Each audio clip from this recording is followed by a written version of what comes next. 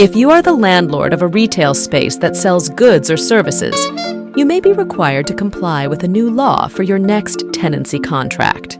The Lease Agreement for Retail Premises Act that takes effect on 1st of February 2024 will apply to all retail leases with terms of 1 year or longer, signed on or after February 1st, 2024.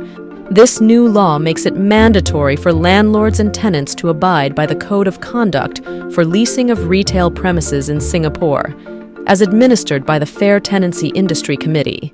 The Code of Conduct sets the ground rules for tenants and landlords in the spirit of transparent, fair, and honest negotiations. All new lease agreements for retail premises must adhere to the 13 leasing principles.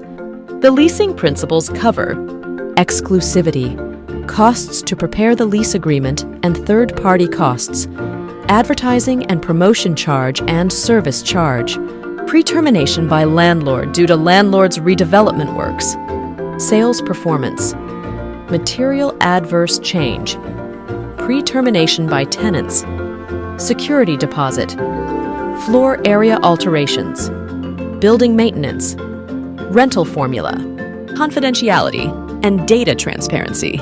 Out of the 13 key leasing principles, the Code allows for deviations on 4 of these, but only if both landlord and tenant mutually agree to them. The 4 principles pertain to exclusivity, sales performance, security deposits, and rental formula. The exclusivity principle prohibits the imposition of any condition that either prevents a tenant from opening another store near the landlord's property or prohibits the landlord from leasing another store in the same mall to the tenant's competitor. The sales performance principle states that landlords must not impose sales targets or penalties on their tenants if such targets are not met. The security deposit principle mandates that any security deposit must not exceed the sum of 3 months' gross rent, unless that amount is less than $500.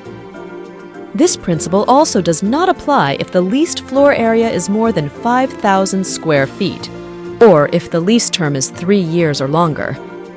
The rental formula principle asserts that rental must be based on a single rental computation throughout the lease term.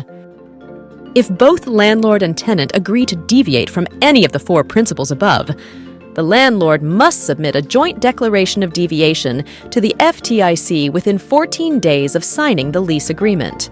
A filing fee of $100 per deviation, subject to GST, will be applicable with effect from the 1st of February 2024. Any agreement to deviate from the Code's prescribed principles must be arrived at through a consensual process and in the spirit of good faith. Neither party should attempt to take unfair advantage of the other through the lodging of allowable deviations from the Code. Deviations should be made only under exceptional conditions rather than the norm. As custodian of the Code, the FTIC will continue to update the Code over time and will serve as a repository of all declarations of deviations. In the event of non-compliance with the Code, the FTIC has the right to publish the names of the errant parties.